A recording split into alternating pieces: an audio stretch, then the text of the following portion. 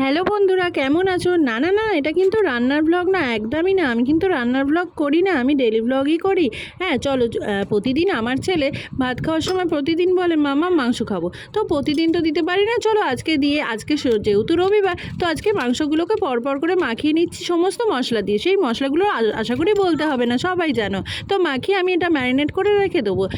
তারপর একটু সর্ষের তেলও দিয়ে দেবো। আমার এটা খুব ভালো লাগে, তোমাদের কাদের ভালো লাগে কমেন্টে জানিও প্লিজ। এরপরে গরম তেল দিয়ে দেবো অন্য একটা কড়া বসিয়ে। আর এই কড়াটাই মাখাচ্ছি কেন জিজ্ঞেস করতে পারো অনেকেই। হ্যাঁ, আমার ওই কড়াটা খুব একটা কাজে লাগে না, তাই ওই কড়াতে আমি মাংস মাখাই। তো চলো, এখানে তেল গরম হয়ে গেছে, এখানে আলুগুলো পরপর ভেজে নেব। আলুগুলো লাল লাল করে ভেজে নেওয়ার পরে আমি ওই তেলের মধ্যেই গোটা গরম মশলা এবং শুকনো লঙ্কা ফোড়ন দিয়ে দেবো। কিন্তু ওই গন্ধটা খুব ভালো লাগে, সেই জন্য তোমরাও ইউজ করো, খুব ভালো লাগবে। আর যারা ইউজ করো তারা তো জানোই। তো চলো, এখানে আমি শুকনো লঙ্কা দিয়ে দিয়েছি আর ওই গোটা গরম মশলাটাও দিয়ে দিয়েছি। এর মধ্যে পেঁয়াজ দিয়ে দেবো, পেঁয়াজগুলোকে পুরো বেরেস্তা করে ভেজে নেব। তারপরে এই পেঁয়াজগুলো বেরেস্তা করে ভাজার পরে তারপর আমি ম্যারিনেট করা মাংসটা ওর মধ্যে দিয়ে দেবো।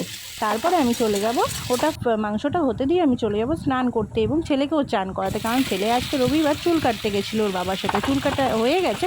আমি ওকে এবার স্নান করাবো, আমি নিজে স্নান করব, ততক্ষণ ওর বাবা আমার তরকারিটা দেখে নামিয়ে দেবে, আমি বলে রেখেছি।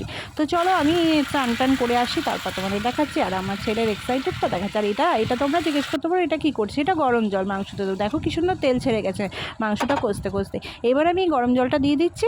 আর হ্যাঁ, তোমাদের নুন দেওয়াটা আমি দেখাইনি, নুনটা আমি লাস্টেই দিয়ে। এই দেখো, আমি নুনটা দিয়ে দিলাম। এবারে আমি চান করতে যাব।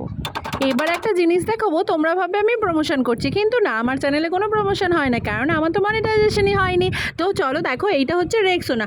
আমি আগে নেভিয়া রেক্সোনা রোলনটা ব্যবহার করতাম, সেটা আমার ভালো লাগে না, এর স্মেলটা খুব ভালো লাগে, তাই জন্য আমি এটাই ব্যবহার করি। এইবার আমার ছেলের এক্সাইটেডটা দেখো, ফ্রিজ থেকে নিজেই একা একা জল বের করে নিয়ে এসে বসে বললো, এই দেখো একা মাংস খেতে খুব ভালোবাসে। আমায় যারা ভালোবাসো তারা অবশ্যই পাশে থেকো, চ্যানেলটাকে সাবস্ক্রাইব করে দিও আর লাইক আর শেয়ার করতে ভুলো না।